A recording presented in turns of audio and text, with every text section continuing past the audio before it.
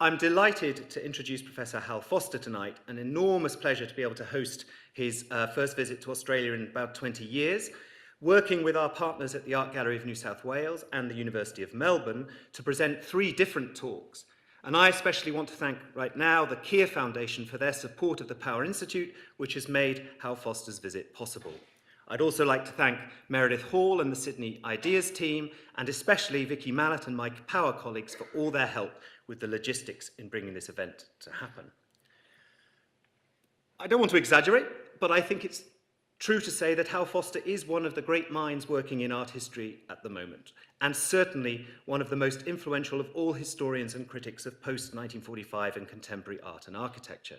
He's currently the Townsend Martin Class of 1917 Professor of Art and Archaeology at Princeton, where he's taught now for 18 years, having previously held posts at Cornell and in a deeper pass as Director of the Critical and Curatorial Studies, the Independent Study Program at the Whitney Museum, a program that many of you will know has spawned a whole generation of kind of culture formers and curators in the United States. He's held visiting positions at Berkeley and at the Courtauld, and many fellowships, including Guggenheim, the American Academy in Berlin, and CASVA, the Center for Advanced Study in Visual Arts, Senior Fellowship, among others.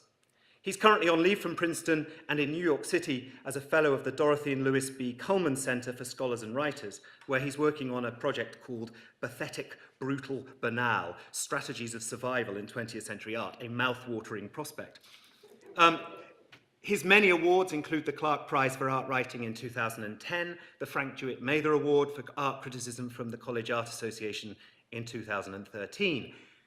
And his publications, and here I'm really going to have to limit myself just to the books and not even all of those, include influential work over 4 decades, from Recodings, Art, Spectacle, Cultural Politics in 1985, to Compulsive Beauty in 93, The Return of the Real in 96, Prosthetic Gods in 2004, and very recently, just in the last decade, the Art Architecture Complex of 2011, and the first Pop Age, Painting and Subjectivity in the Art of Hamilton, Lichtenstein, Warhol, Richter and Ruscha from 2012.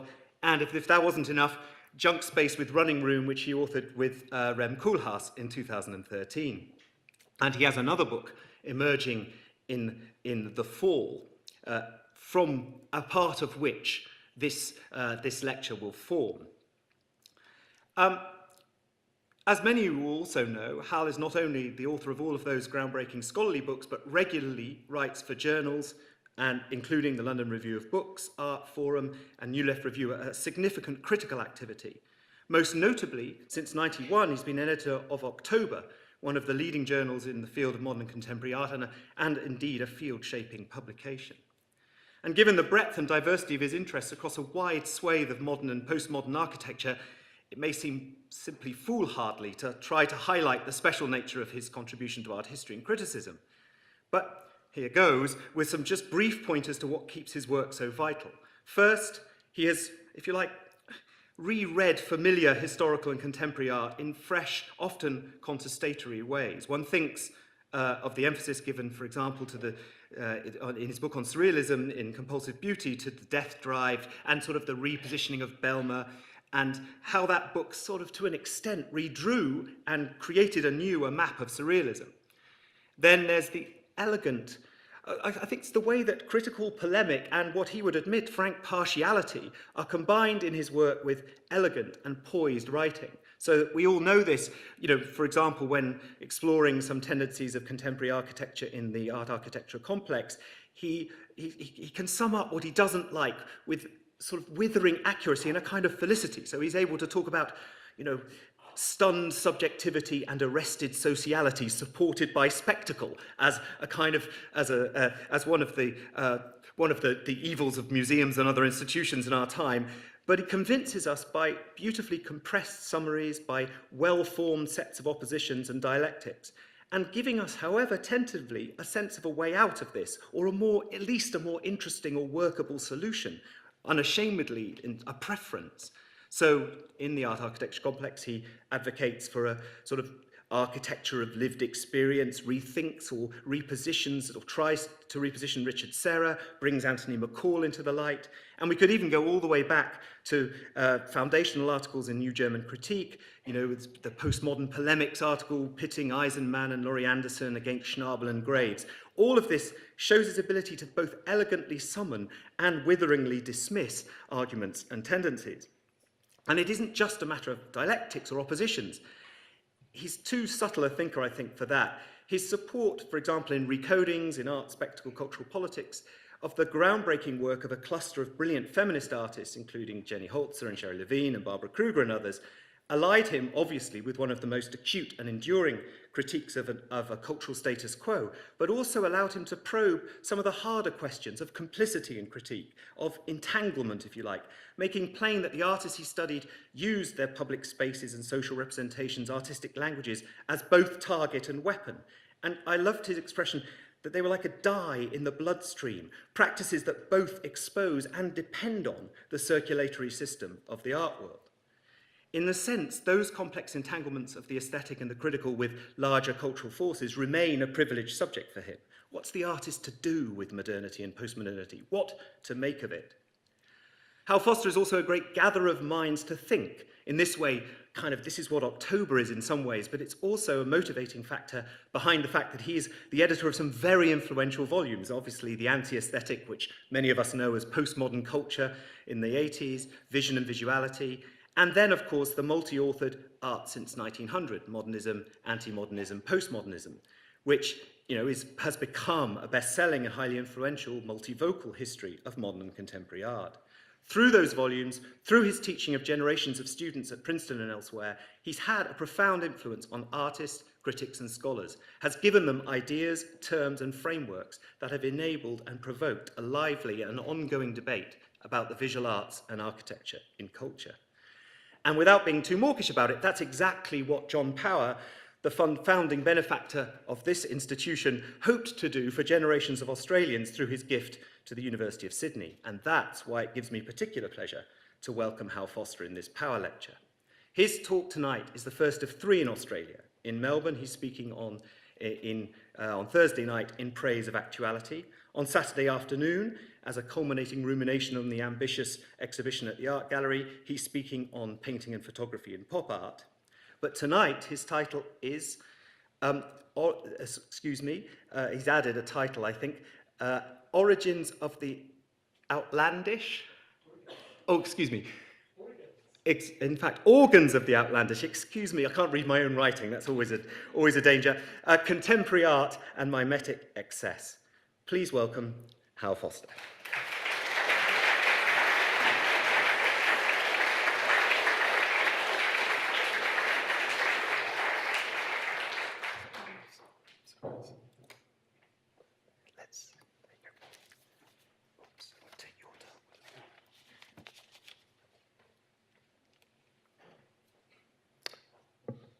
Wow, thanks, Mark. I feel like I can die and go to heaven. It was so generous. I'm not worthy. I'm just another drongo from the States. Did I use that correctly? I have an Australian nephew-in-law who didn't tell me what that really means. So, he also said that I should say that I'm a little knackered. And that sounds like drunk to me, but I imagine it means tired, right? Anyway, that's all the Australian I know. So on to the talk.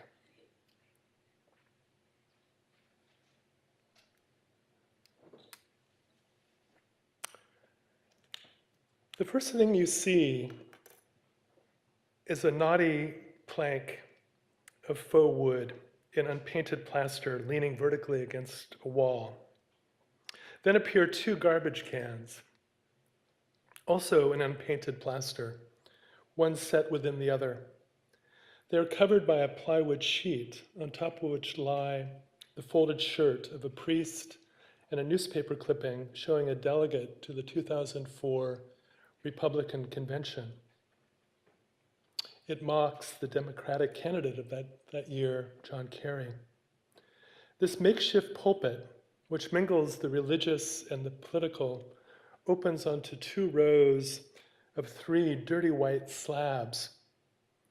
Though made of bronze, they look like chunks of old styrofoam that have washed ashore.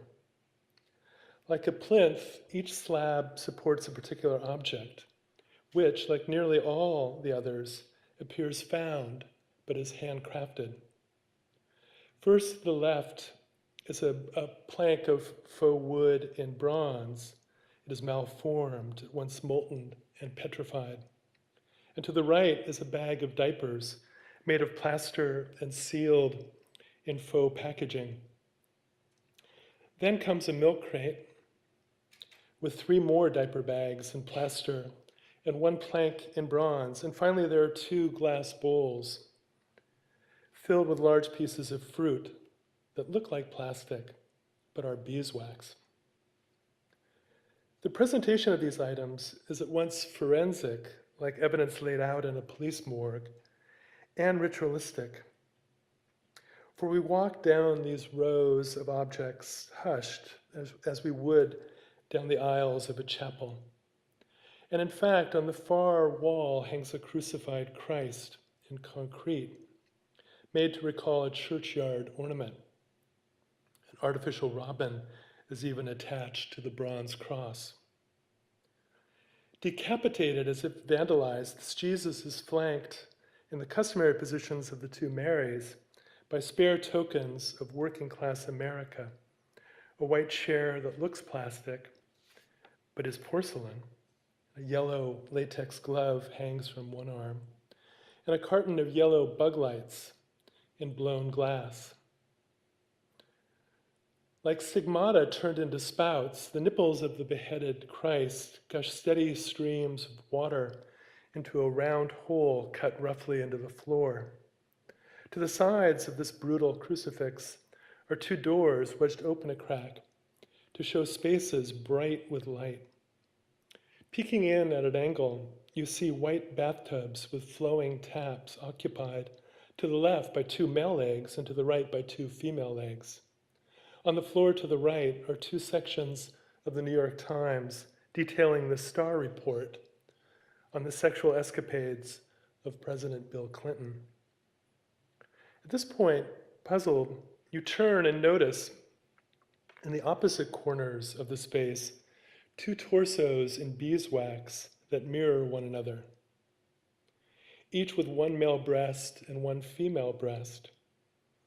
Both bisexed torsos sprout from the crotch, 1 male leg dressed with sock and shoe, and 3 branches in faux wood. Bark also appears on the legs. At this point, too, you see 4 framed pictures hanging on each side wall, all made up of individual spreads from the first section of the New York Times of September 12, 2001. On the west wall, the pages are literally reversed, as if seen in a mirror. Over the reports and photos of the Al-Qaeda attacks of the previous day are drawn images in pastel and graphite of commingled body parts. It is not quite clear whether they are male, female, or both. These new bodies are locked in different embraces that seem erotic, but in the context of 9/11 might be deathly as well, as if in postures of mournful passion or passionate mourning. The pictures seem to be the keys to the piece, yet they are as enigmatic as any other element. The American artist Robert Gober, the maker of this untitled work from 2005, once described his installations as natural history dioramas about contemporary human beings. And like many dioramas, they mix the real and the illusionistic in ways that both fascinate and disorient. In effect, they are broken allegories that are at once illicit and resist interpretation. Here it is the 9/11 aftermath that we revisit as if in a waking dream. And as in a dream, nearly all the objects exist in an ontological no man's land. In this case, somewhere between refuse, relic, and replica. that nothing is quite as it appears only adds to our anxious curiosity. The material uncertainty of the things injects a metaphysical unease into the scene. If only for reassurance, we might recall art historical connections, specific models like Étontonné, the peep show diorama of painstaking facsimiles crafted by Marcel Duchamp.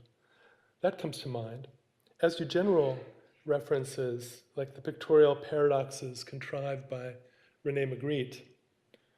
More distantly, we might think of various representations of the crucifixion and other episodes from the New Testament, as well as particular paintings by Caravaggio, perhaps the bowls of fruit key of this association, or Jericho, the severed body parts, and others.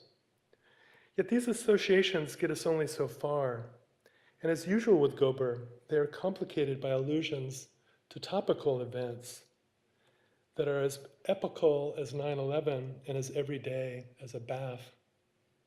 In this way, different registers of allegorical reading are set up, from the sacred to the profane, but these levels are fragmentary. At every turn, the real disturbs the symbolic, as the tacky chair and lights disturb the crucifix, even as the symbolic haunts the real, as the amorous bodies haunt the newspaper reports of 9/11. A similar confusion troubles the oppositions in play here between male and female, human and inhuman, public and private, sacred and profane. Almost in a caricature of Lacanian psychoanalysis, the two bathrooms, emblematic markers of gender difference, seem to govern all the other oppositions. Yet each binary is broken down, or at least rendered ambiguous. Male and female, human and inhuman, are combined in the odd torsos. Public and private come into contact in the Times pages and through the bathroom doors, and sacred and profane collide in the crucifix scene. In this confusion, a subtle ambivalence is created in every object, image, and space. Gober adapts the intrinsic ambiguity of the still life, usually an offering of food that is also a withholding of the same, for the food is never real. A still life is a gift that does not give, a nature that is mort, a vanitas whose beauty stings with the reminder of death. Here the fruit is artificial, the diapers are stiff, the styrofoam is unrecyclable, the wood is petrified, and the birds are freakish. In fact, Gober shows the entire world sea changed for the worse. The molten material, mortuary slabs, and commingled limbs evoke a historical hell that combines the post-attack space of the World Trade Center with the bomb sites of Iraq. It is at once hallowed ground and hideous morgue, reliquary and wasteland. Implied here, too, is a political continuum in which the trauma of the 9/11 attacks was troped by the Bush administration into the triumphalism of the war on terror, replete with the blackmail of the 2004 election, whereby to oppose Bush was to appease the terrorists, to abandon the soldiers, and so on.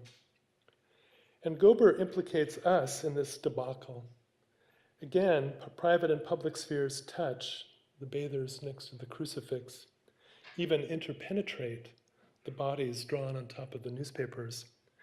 And we readers of the Times appear passive compared to the implicit crusaders of the headless Christ. The beheaded figure also evokes the pitiless aspect of the Iraqi insurgency. The installation feels a little bit like the end of days from the point of view of those of us left behind. In effect, Gober treats the cultural kitsch of post-9/11 America as a political program imposed on us. And I don't mean to include all of you in that us, but I think it reached here as well, perhaps. Yet he does not merely mock it. For all the ambiguity of his installation, it projects none of the sophisticated superiority found in camp, and little of the secret support advanced in parody. Although kitsch trades in false sentiment, it can possess a damaged authenticity of its own, and Gober is sensitive to the pathos in the expressions of loss after 9/11. Here then he adapts his aesthetic of mourning vis-a-vis the AIDS epidemic, and in the AIDS epidemic he really was an extraordinary figure, I think. His forlorn legs and torsos were first resonant in that context. He adapts this aesthetic of mourning to the terrible aftermath of the tower attacks. And in his commingling of bodies, he suggests a persistence of love among the ruins. At the same time, Gober is aware of the manipulation at work in 9/11 kitsch, to the blackmail that acted through its tokens, the ribbons that exhorted us to remember our troops, the decals of the towers draped with stars and stripes, and the t-shirts dedicated to New York City firemen and police. These last figures became heroes in the way that workers were in the Soviet Union, but rather than the communist production of a new society, they emblematized a Christian story of sacrifice and wrath, of a violation taken to underwrite a far greater violence. Yet again, Gober does not treat this American kitsch ironically. He evokes the pathos even as he questions the politics. In The Unbearable Lightness of Being, a novel from 1984, Milan Kundera argues that kitsch is instrumental to our categorical agreement with being, to our assent to the position that human existence is good, despite all that is unacceptable in it. The reality of shit and death above all, which is the true function of kitsch, Kundera writes, to curtain off.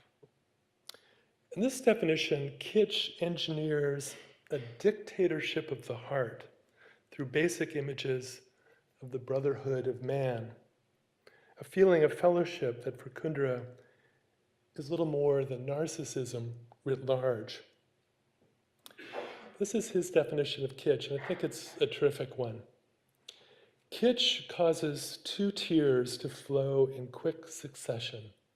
The first tear says, "How nice to see children running on the grass."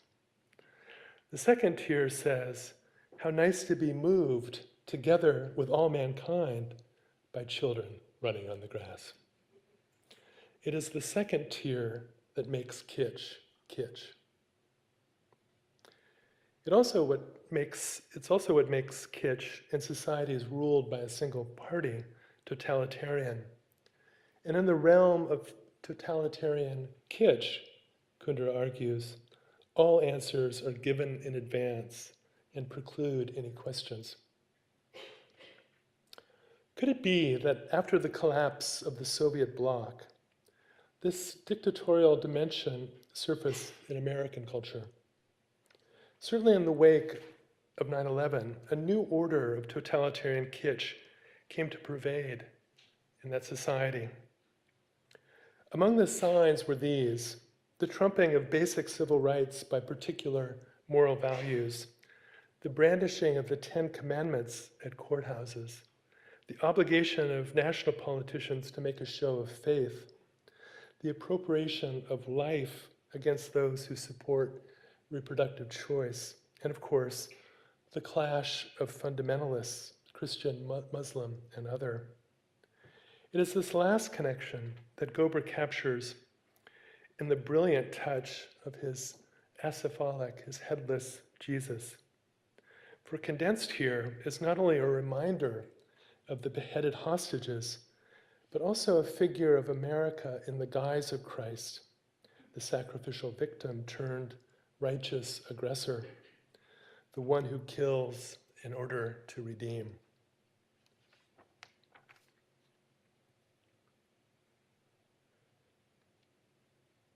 The space you enter is given over to a noisy tangle of video screens, cables, and wires.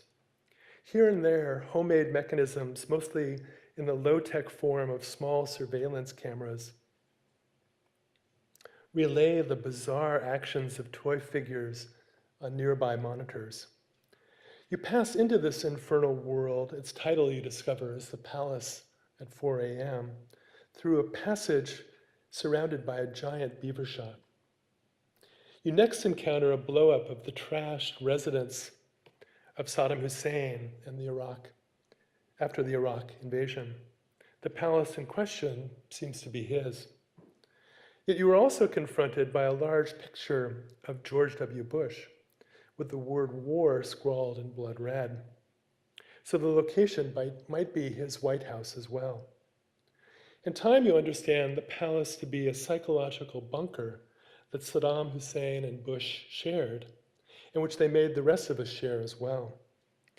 In this respect, the palace in question is your own home in the middle of the night, say, when the war on terror troubled your sleep. In fact, the oscillation between engulfment and recoil produced by the palace at 4 a.m. is not unlike that of a bad dream.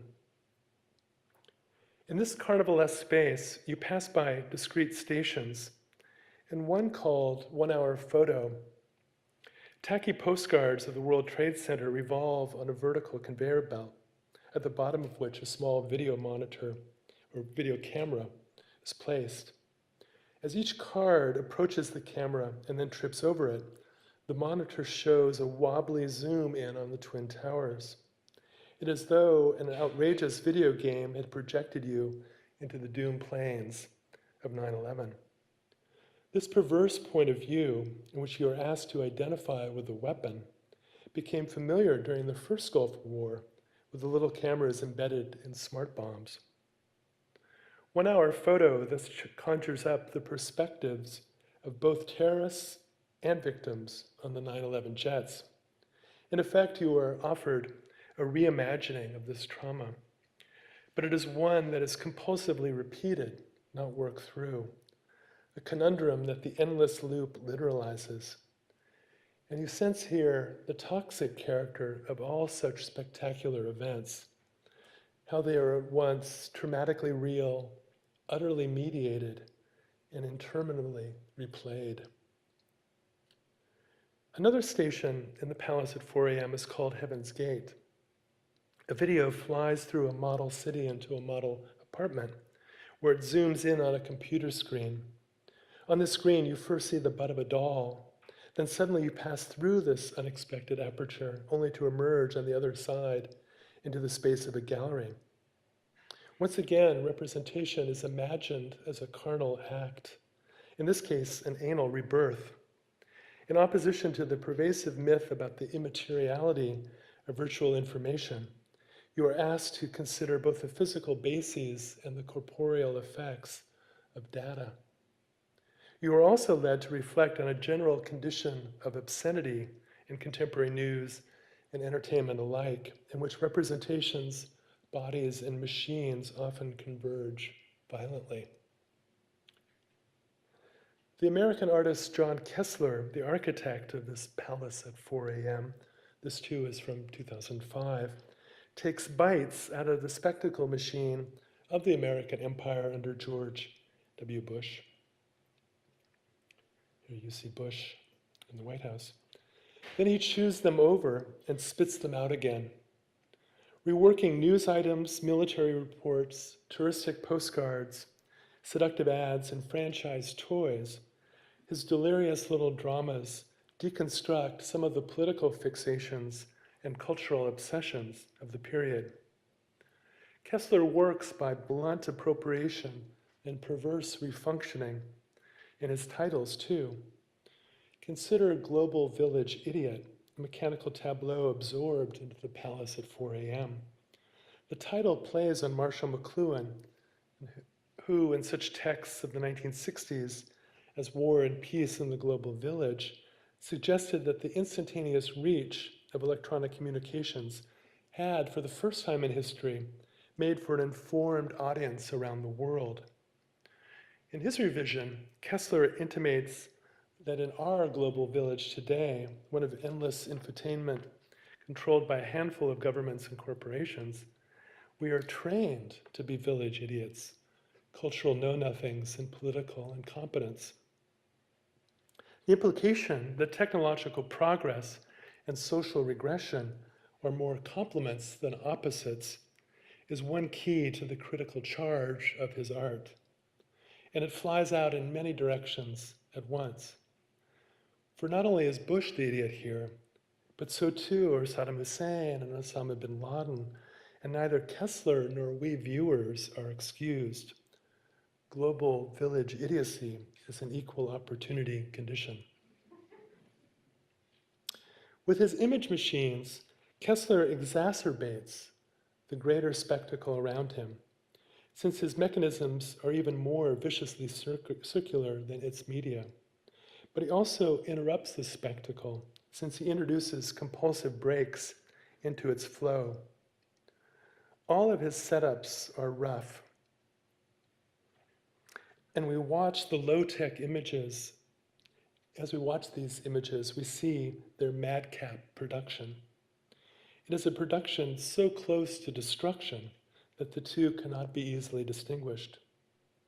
So too, just as the mechanisms are not stable, our position is not secure. Sometimes we are seen as we see, caught on the monitors as we scan them, and no two viewers witness the same scene. Machine and image attempt to complete each other, Kessler comments, but this is impossible, and so a puncture is produced between referent and representation, between the thing and the image. It is this puncture that allows us to see through the setups, and in principle, to see through others in the world. Through his little counter-spectacles, then, Kessler suggests that the great spectacle of American power is in trouble, that its wizards cannot maintain its theater of illusions forever, and that wondrous new technologies are always haunted by awful new disasters. Like Gober, Kessler calls up different precedents. Here, precedents such as Jean Tinguely and his autodestructive contraptions, Robert Rauschenberg and his rambunctious combinations of machines and media, and Klaus Oldenburg and his regressive theater of homemade products. Of course, Kessler also updates the surrealist juxtaposition of found objects. And sometimes here too, this results in a convulsive beauty in which desire and death are bound up with one another. More specifically, Kessler alludes to Alberto Giacometti, who in his own Palace at 4 a.m.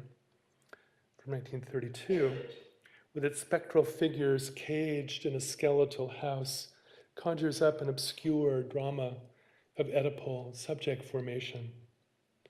In his palace, however, with its action figures caught up in spectacular disasters, Kessler reflects on how we are formed as subjects today, how we are inscribed in new regimes of global entertainment and imperial politics in ways that radically reformulate the old psychological interiorities and familial dramas.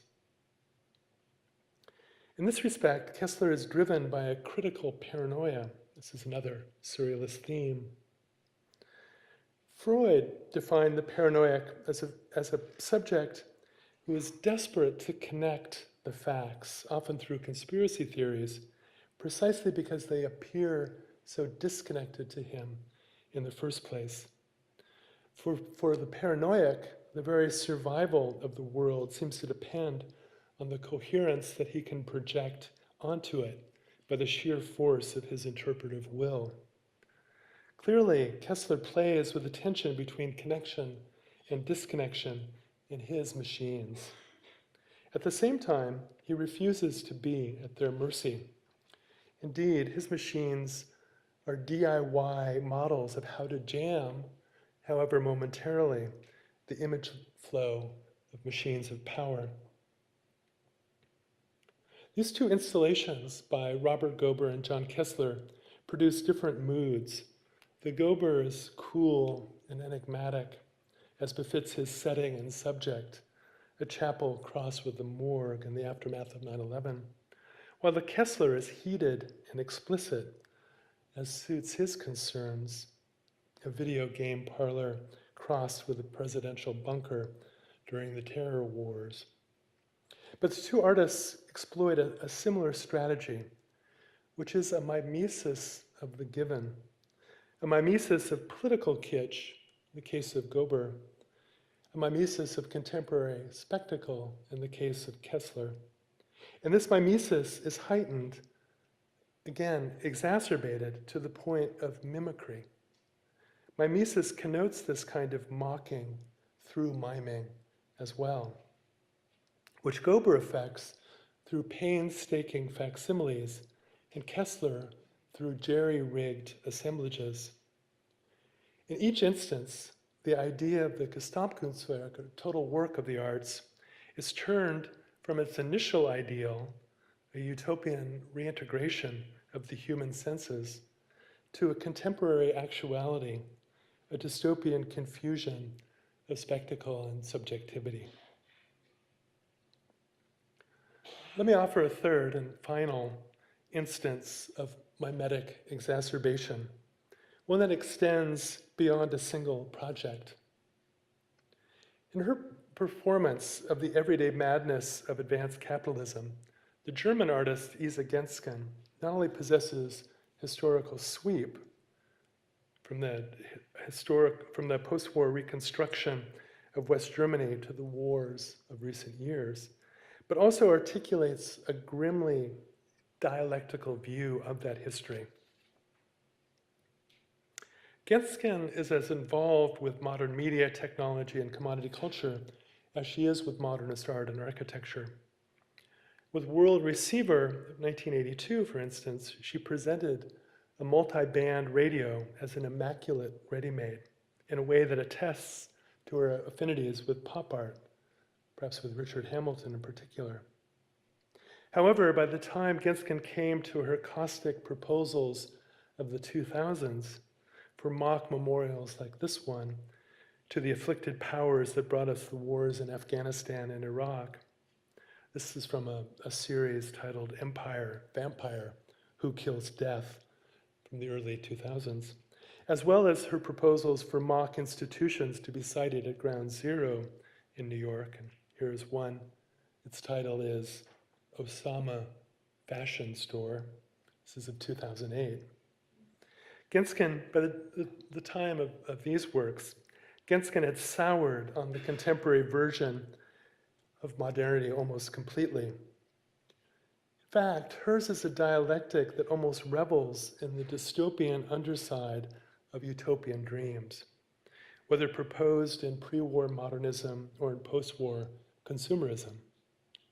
Yet as with Gober and Kessler, it is also a dialectic that glimpses a weird vitality in the midst of these ruins, that reveals not merely the failure of utopia, it's easy enough to do today, but also the energy in disaster. In the world according to Gensken, this dialectic has penetrated into the very nature of things. Only 2 years separate her high-tech radio, the one that she presented as a ready-made, from her plaster sculpture Pile of Rubbish, 1984, which is almost formless. And in her hands, substances like concrete and epoxy appear both perfect and corrupt. As Gensken stacked concrete blocks, roughly, or bore through them excessively in the 1980s, this essential material of 20th century architecture returned to us as failed, scarcely distinct from rubble, as though any reconstruction, whether after the catastrophe of World War II, the fall of the Berlin Wall, or the collapse of the Twin Towers, could only end up as another form of destruction. Despite titles that allude to rooms, pavilions, and galleries, her structures in concrete and in epoxy are either too closed or too open to offer any shelter. In this way, Gensken reveals structure to be no less degraded than material. In another instance, even as her new buildings for Berlin, these are from the early 2000s, allude to the visionary skyscrapers that Mies van der Rohe proposed for the German capital after World War I, they also underscore how distant the modernist vision of glass architecture now appears. These colored planes, some in glass, others in silicone, prop each other up in a way that has no tectonic integrity whatsoever. Like the modernist value of truth to materials, the modernist faith in rationality of structure dies a definitive death here.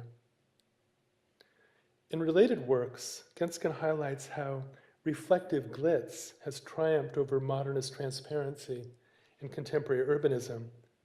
Her social facades, these are from 2002, made of strips of reflective metal, mosaic foil, and plastic, come across as a riposte to the floating world of mirrored surfaces produced by spectacle architecture in recent decades. At the same time, such works express a delight in immersive effects, a delight that extends to the gritty ambience of Berlin club interiors and graffitied city walls evoked in other projects. Gensken has also produced columns in metal, wood, and mirror named after her friends. There is one from 2000 called Isa, too. So she seems to identify with these tacky surfaces as well. Obviously, these models are not proper studies for actual buildings or facades. Even less are they models in the sense of ideal structures, just the opposite, in fact. At the same time, only a true believer could still be so disappointed by the shortcomings of the Bauhaus to tell it to fuck off. That's the title of her series of new buildings for New York. One example is here. And though her absurdist proposals for ground zero are scathing send-ups of urbanist business as usual, they remain weirdly committed to the enterprise of metropolitan life. One of her extraordinary works is a book of collages. Whose title is I Love New York, Crazy City. This grim dialectic governs her view of technology and media, too. As Gensken moves from her early enthusiasm for radios and stereos to later work, such as Da Vinci, this is from 2003, which consists of 4 pairs of airliner windows, the last one splattered with paint in a way that might suggest an exploded body. Here the dream of flying machines sketched by Leonardo collapses into the nightmare of weaponized jets on 9/11. The same ambivalence is active in her relation to the modernist idea of art as experiment. For example, her light research paintings, these are from the early 1990s, in which she stenciled images of designer lamps and other abstract forms with spray paint or lacquer on canvas or fiberboard. These allude to the experiments with light by Laszlo Moholy-Nagy and his Bauhaus colleagues. Yet her versions of these practices are intentionally flat, almost rote, without the faith and technology sustained by the Bauhauslers.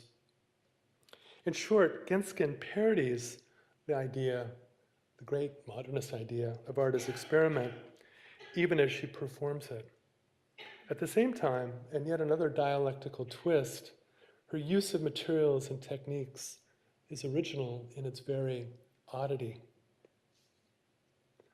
Modernist art and architecture are not the only ruins in Gensken. The contemporary capitalist subject, is also in deep trouble. Her own image appears often in her art and in its literature, sometimes via photographs by her friend, the artist Wolfgang Tillmans. And though Gensken once worked as a fashion model, this staging is the opposite of vain. Instead, she documents how time not only ages the body, but often ravages the soul. Self-portrait of 1983, now destroyed, was a misshapen head in clay that imagined the artist almost as an elephant woman. And My Brain of 1984 is another near formless mound of plaster with a wispy wire stuck on its top like a dead antenna. X-rays of 1991, in which Genskin exposed her own skull as she laughed and drank wine, fall into the same line of black humor. Here again, she inverts the techno-optimism of an artist like Moholy, even as she also invokes any number of German death heads from Dürer to Dada and beyond. These stark images were soon followed by Bonnet Woman and Bonnet 2 Man of 1994. These were produced the year after her divorce from Gerhard Richter. They were married in 1982. Made of fabric hardened with epoxy, these lurid helmets, which appear almost viscous, are stuck like chopped off heads atop steel poles, and they rotate slowly toward and away from each other. A portrait of man and wife as coupled Medusas whose gaze bring mutually assured petrification. The pièce de résistance in this portraiture of the ruined self is Spiel Automat of 2000. This is an actual slot machine covered with photographs of Genskin, that's her on the top. Friends, strangers, and celebrities mixed with urban scenes of streets and facades. Ever since Walter Benjamin speculated on the herky-jerky behavior of Baudelaire in mid-19th century Paris, we have understood the modern subject to be one that must parry the shocks of the metropolitan world in order to survive. But the trope, the idea of the self as a slot machine in which all play appears automated and all chance scripted, is hard to accept. Even as today, we must also come to terms with our own status as digital individuals. This is a Deleuzian term. We're not even individuals anymore, but individuals, subject to algorithmic determination, whose data Google and our governments know far better than we ever can. In her array of snapshots in this piece, Genskin places another old friend, the artist Lawrence Weiner. You can barely see him. He's the one next to Leonardo DiCaprio, as though the two were separated at birth. Totally effaced here is any boundary between private and public or inside and outside, the very distinction once thought to be the precondition of a secure self. According to Freud, of course, the ego is a body image in the first instance, an idea that Lacan developed in architectural terms in his famous Mirror Stage paper. With Genskin, however, this ego architecture is broken down. Yet once more, she provides a dialectical fillip, a dialectical twist. For in the end, her work valorizes a fragmented ego over a fortified one, which often turns aggressive in its very armoring. In this way, Genskin suggests a critique of the subject that differs from the death of the author performed by post-structuralist theorists and postmodernist artists alike, even as it is akin to the dismantling of the self staged by her contemporaries Martin Kimperberger and Mike Kelly. By the time of her Fuck the Bauhaus models, in which commodity junk space overwhelms all design schemes, I guess I don't have that slide, Genskin comes to rely on the ready-made, so Duchamp appears to be her primary resource. Yet especially in her work of the last decade, the commodity and the ready-made are ruined too, and this we can see in her proposals for Ground Zero. The thing on the right is actually a Nike shoe. It's kind of torn up and stuck with a toy animal. The Merz collages of Kurt Schwitter's come next to mind with its associations of commerce, the term Merz derived from the word commercial, pain, Schmerz, and shit, Merd. So this neologism, Merz, does suit the later Genskin well. Post-war bricoleurs of urban trash, both American and German, such as Rauschenberg, Ed Kienholz, and Dieter Roth, are also recalled. In the end, however, I think the artistic lineage that Genskin reanimates is that of Berlin and Zurich Dada. If the Dadists exaggerated the subjective effects of both military collapse and political crisis, both mechanization and commodification, Genskin pushes the distracted, compulsive behavior of the contemporary city dweller of consumerist empire to the edge of breakdown.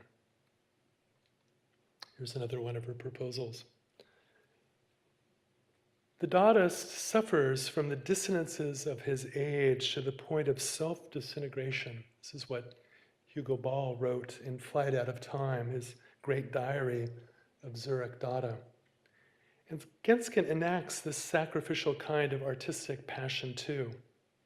In this way, her work stands as an effective diagnosis of our times, the beer belly of post-1989 Germany and post-9/11 America, cut and probed with a kitchen knife of her own. 100 years ago, in the midst of World War I, the Zurich Dadists developed the strategy of mimetic excess, mimetic exacerbation that is my concern tonight. The ideals of culture and of art as a program of a variety show, that is our kind of Candide against the times.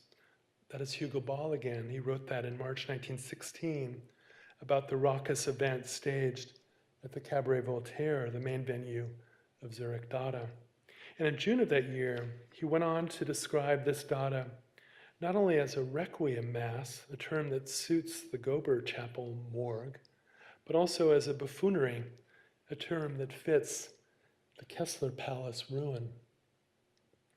What we call Dada, Ball asserted then, is a farce of nothingness in which all higher questions are involved, a gladiator's gesture, a play with shabby leftovers, the death warrant of posturing morality and abundance. This account, I think, can be transposed almost word for word to Genskin, who often also combines both requiem and buffoonery. A key persona of Dada was the mime, and a key strategy of this mime, especially in Berlin and Zurich, was mimetic adaptation to the traumatic conditions around him, or indeed her, whereby the Dadaist assumes these conditions, the armoring of the military body, the fragmenting of the industrial worker, the commodifying of the capitalist subject, and inflated them through hyperbole. Such buffoonery is a critical mode of parody that Dada made its own. This is the farce of nothingness, the play with shabby leftovers that Ball had in mind. And yet, even though his world is a chaos of fragments, the Dada still aims for a grasp on the whole. He is still so convinced of the unity of all beings, of the totality of all things, Ball argued, that he suffers from the dissonances of the world to the point of self-disintegration. And that, for me, is the best formula of Dada at the extreme. The Dada suffers from the dissonances of the age to the point of self-disintegration. This tension between fragment and totality was a crucial one for Zurich Dada, but amidst the dissonances, it was very difficult to sustain. And for figures like Ball, self-disintegration had its own paradoxical attractions. So it does again for some recent practitioners of mimetic excess, such as the risk of this identification with the corrupt conditions of a symbolic order. And yet if maintained as a strategy, that is with a degree of distance created not through withdrawal, but through excess, mimetic exacerbation can also expose this order as failed, or at least as fragile. Such was the politics of Dada then, and such is the politics of its descendants today. Ball saw Nietzsche, the subject of his dissertation at the University of Munich, as the great precedent of this mimetic performance. For Walter Benjamin, on the other hand, the exemplar was was Baudelaire. Baudelaire, who had, Benjamin said, the physiognomy of a mime and possessed an empathy with inorganic things. The Benjamin colleague, Theodor Adorno, turned this particular intuition into a general thesis. Art is modern art through mimesis of the hardened and alienated, Adorno wrote in Aesthetic Theory. Baudelaire neither railed against nor portrayed reification. He protested against it in the experience of its archetypes. And he had in mind figures like the rag picker and the streetwalker. Both Adorno and Benjamin also read this genealogy through the optic of Dada. Benjamin came to know Ball and Byrne in 1919. For example, in Philosophy of Modern Music, Adorno says this of Stravinsky: musical infantilism belongs to a movement which designed schizophrenic models everywhere as a mimetic defense against the insanity of war. Around 1918, Stravinsky was attacked as a Dadaist. And in a scattered note titled Negative Expressionism, Benjamin has this to say about the Russian eccentrics. The Russian eccentrics were a troupe of avant-garde actors who liked to mimic circus performers. This is what Benjamin writes: clowns and natural peoples, sublation of inner impulses and of the body center, dislocation of shame, expression of true feeling, of despair, displacement, consequent discovery of deep expressive capacity. The man remains seated in the chair on which he sits, even as it is pulled out from under him. Connection to Pacabia. And here he has in mind Francis Pacabia. This final aside ties these Russian performers directly to Dada. For Benjamin, the ultimate purpose of mimetic adaptation was to remain seated after the chair is pulled out, to survive civilization if need be. This is a phrase he used more than once, very enigmatic formula. Such was the ultimate goal of the Dada mime as well. And finally, it is why Dadaists like Ball practice the buffoonery of the bashed ego. More desperate than the cynical reason of Duchamp and his legatees, the bashed ego of Ball and his followers resists in the form of utter accommodation. For many critics, this is the political limitation of this Dadaist genealogy. It advances a critique that flaunts its own futility, a defense that knows the damage is already done.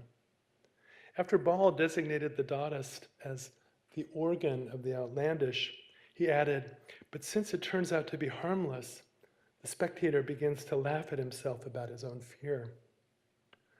Yet this catharsis is not a purging, it is a sickening, and only compounds the hopelessness. Paradoxically, however, it is this very hopelessness that gives the bashed ego its critical edge, its unaccommodated negativity. The farce of these times reflected in our nerves, Ball wrote in February 1917, has reached a degree of infantilism and godlessness that cannot be expressed in words. This is Dada in extremis. Everyone has become mediumistic, Ball added in April of 1917, from fear, from terror, from agony, or because there are no laws anymore, who knows? What if the principal predicament were not an oppressive presence of law, but, as Ball suggests here, an apparent absence of law? That is a state of emergency or even of exception. And I mean the term in the technical sense devised during the same period by the controversial German jurist Carl Schmitt, with whom Ball was in close dialogue in his post-Dada years as he revised his diary for publication. One can obey the law as most of us do, or one can violate it, as some avant-gardes purported to do. But what does one do if there are no laws anymore? This, I think, is the dilemma that Dada faced. How to create, how to exist in a state of emergency in which the rule of law is suspended, as it was in many European nations during and after World War I, and as it was, for all intents and purposes, in the United States after 9/11.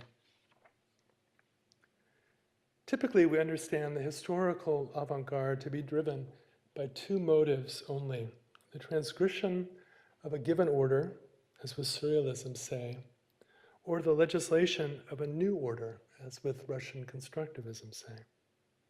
Yet, if there are no laws anymore, and again, this condition was far more common over the last century, the entire century, than we acknowledge, how is the avant-garde to be defined?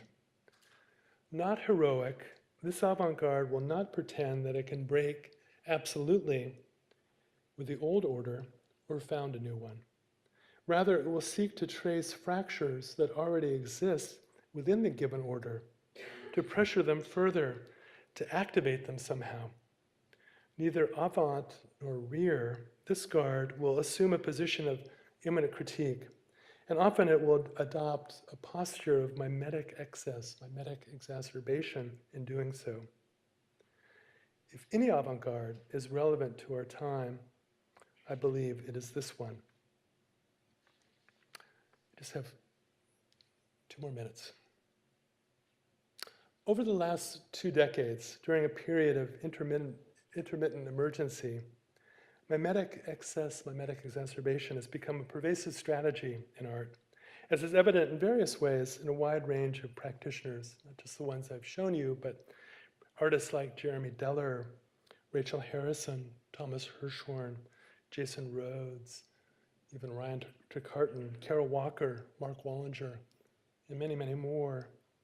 Most of these artists incline to sculptural and spatial modes, which they often reformat according to the newfangled technologies of advertising, media, and internet display. For most, too, there is scant public sphere outside the capitalist garbage bucket. This is a phrase I borrow from Hirschhorn. And scarce object relations beyond its junk space. This is a term I borrow from Rem Koolhaas. And so they work with materials of consumption and infotainment given to them. As the modernist types of the sculptural object, above all the construction, the ready-made, and the assemblage, were conceived for a different stage of capitalist development, they often appear in this contemporary work not merely as outmoded, but almost as pathetic, as somehow ruined. This is very evident in Genskin, but it's also emphatic in artists like Rachel Harrison. Of course, mimetic exacerbation is not without its problems. It might be taken as an affirmation, even a celebration of the capitalist garbage bucket. In fact, celebration is the position advanced by Jeff Koons, with whom the negativity of Duchampian Dada, already dampened with pop, is all but extinguished. I've always tried to create work which does not alienate any part of my audience, Koons claims. Conversely, the mimesis of the hardened might only compound the alienation that it means to volatilize, with the difference between acting out and acting on lost. This danger, already possible with pop again, became actual with an artist like Takashi Murakami. So too, mimetic exacerbation might simply collapse into capitalist nihilism.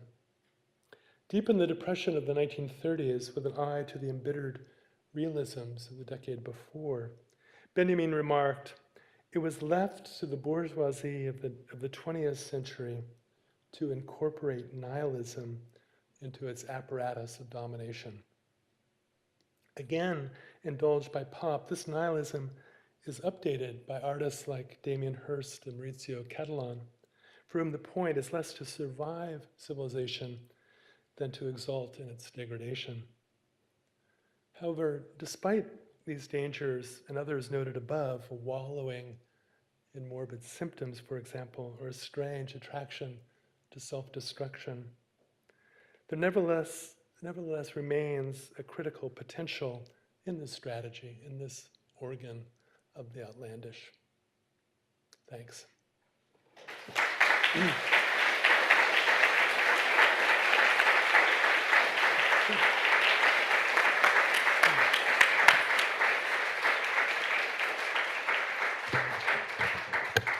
Thank you very much indeed, Hal. And we do have time for some questions. It's going to be a little more, I'm going to be even more incompetent than usual in picking out hands, but if you stick them up very far and wait for a mic to arrive, then we will grab you. I'm going to bring up the light so that I can actually see what I can do. Hang on a second.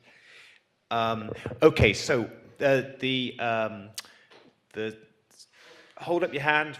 Vicky or Emma will bring a mic and then speak when you get it in front of you. Thanks, Hal. It was just mind-blowing, obviously. When you were speaking about Kessler, you spoke about, the village idiocy and the mimetic exacerbation. And I think you said that it can't go on forever. Why? Did I say that?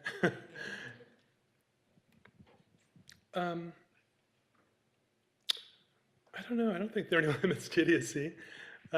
It's a tricky thing because there's a way in which not Gober, but Kessler and Gensken do take up the persona of the idiot, I think.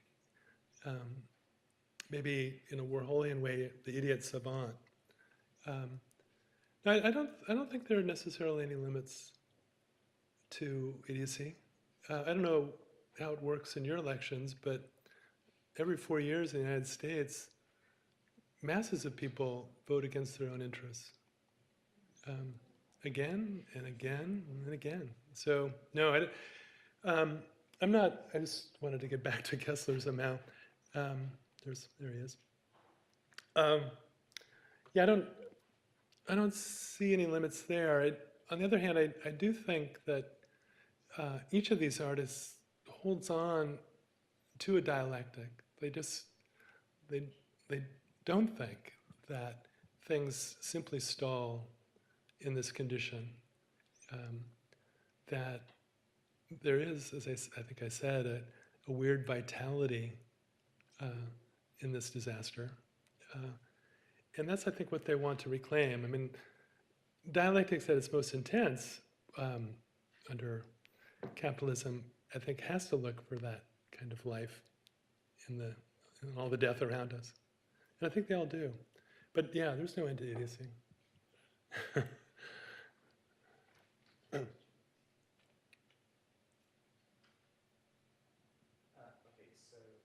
Middle row here. Please put the mic close to your mouth. Just listening to your question about the empathy that you play with the artists that you mentioned, and then you can finish with the reference to Koons and Hirst as the type of nihilistic capitalists or capitalistic nihilism.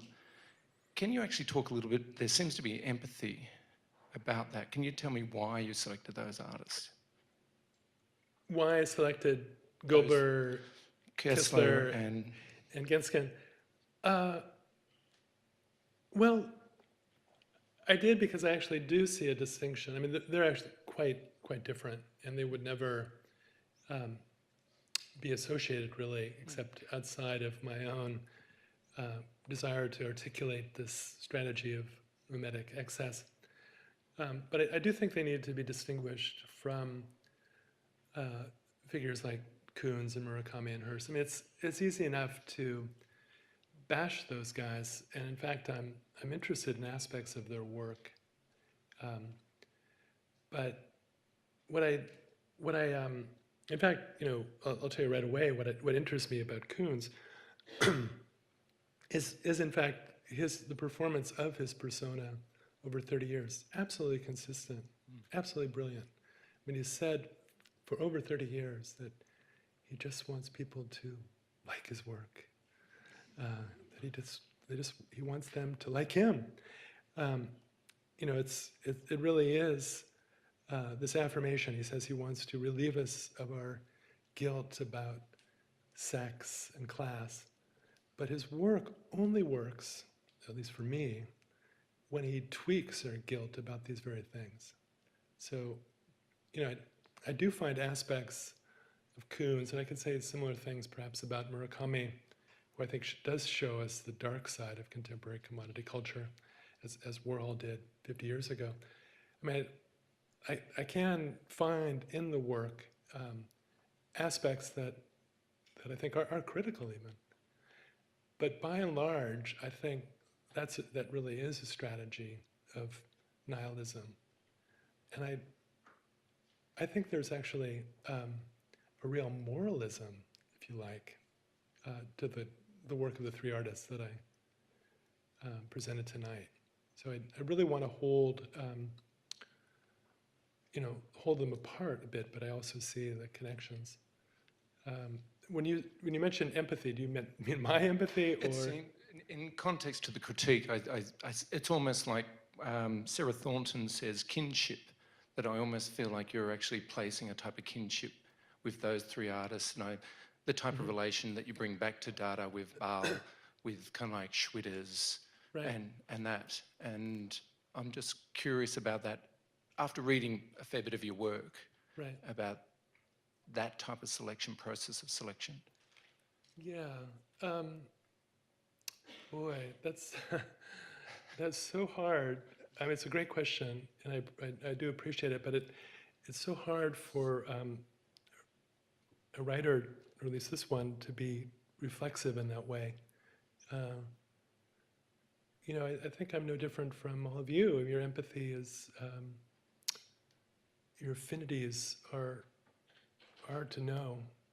I mean, these are artists of my generation. Kessler and Gober are almost my age. I mean, Ginskin's a little bit older. So I was formed in the same period, went through the same delights and horrors. I actually don't know Genskin, but I've known Gober and Kessler for a long time. So, but your question is really, I take it to be also the relation of art criticism and art history. And there, unlike a figure like Michael Fried, who for a long time wanted to say his criticism and his history had nothing to do with each other, I've always felt that you have to own up to your the ways in which your critical commitments call out for historical projects, and your historical concerns inform your critical views. And for me, that belonging togetherness is absolutely key to the enterprise. I think I had a question over here to the side, and then one. Thank you very much. Oh, Yeah. Competing mics. Okay, go ahead. me? Okay. Thank you very much, Professor Foster. It was a fantastic talk. I hope what I'm about to say comes out coherently, but I was very pleased to see the first few artists who you showed as very politically engagé kind of representations, as you said, of mimetic excess, very complex, very contemporary, very specific critiques being made there. And how do you feel, I feel like that's kind of very brave work to be making now, when it seems to me that it's more acceptable somehow to make very cool, very dégagé, very general, very diffuse statements, like perhaps Koons makes about the world. And it's very hard, I think, to defend in a sort of Baudrillardian age where every image is just cast upon the pile of mimetic excess. It's, harder to make work like that. It's braver, I think, to make work like that, and I see less of it. What do you think? Am I making any sense at all? Yeah, no, thank you. I'm not sure that I would call this work engagé in that sense. I mean, there are political commitments, but there's no express statement in, at least in the Gober and the Gensken. I mean, the installation by Kessler is a little bit more explicit, but I think that the difference between a strategy of mimetic excess and an art that could be called political art is that it doesn't quite know what it thinks or believes, and dives into the materials that are given to the artists and seeks in them to articulate a position. I don't get the sense that a political position comes first, and that these are just so many illustrations of that position. I don't think it would be as effective as it is. Again, these are very different artists, but to see this installation a couple of years after 9/11, and Gober lives in New York, Kessler lives in New York, we all live downtown, quite close to the towers. To see this this installation a few years later was to really be allowed to work through that extraordinary event. I mean, perhaps we make too much of that event, Americans do. But Gober worked through it in a way that wasn't simply about a political message that one could affirm. It was full of pain, of guilt, of passion, of delight too. It wasn't as clear as politically committed art often is. And I think that's part of its value, because it helped the rest of us muddle through as well.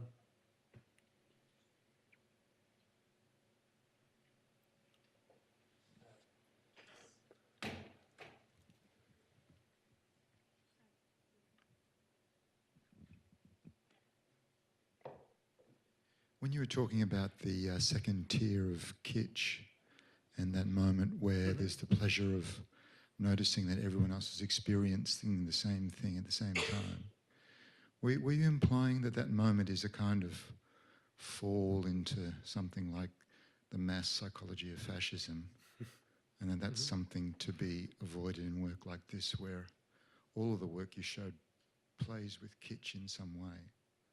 And are you suggesting that the political in this work is the avoidance of that second tier of kitsch? Yeah, I mean, I think that's a very nice way to put my my argument in 30 seconds as opposed to 60 minutes. But let me just say this. Milan Kundera writes, comes up with that definition of kitsch in, Czechoslovakia still under the rule of the Communist Party. So that's what he has in mind. And perhaps he would want to see a continuum between fascist totalitarianism and communist totalitarianism. If one is really precise about it, that's how he was picked up in the West, and why he was such a darling of critics, even especially neoconservative critics, because he made that kind of suggestion that communism was the fascism of our time. That's not where I would go or would want to go, but I do think that there is a totalitarian moment in the way in which kitsch works on us, that it asks for our agreement before the fact. That's not to say that even in kitsch, and I think this is what these artists aim to do, there's not a truly utopian moment too. That in the reification of it all, there's also a utopian moment, that kind of general fellowship is a very powerful thing too. It doesn't have to be an oppressive one. And those energies could be used in a different way. And I think that's the glimmer of the dialectical in the use of kitsch by these artists that is important to seize on.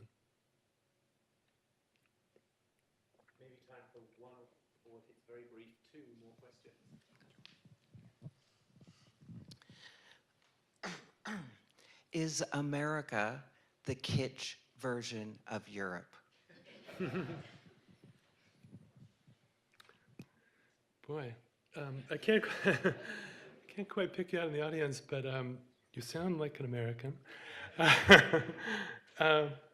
Well, you know that this is where my my chauvinism comes out. That's an old opinion of Europeans, for the most part, and actually some Americans, very committed to high culture. You know, I bristle a bit when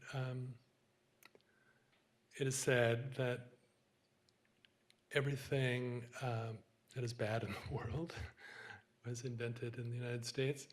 Not that I disagree entirely, but I do think that, well, it's just a little bit more complicated.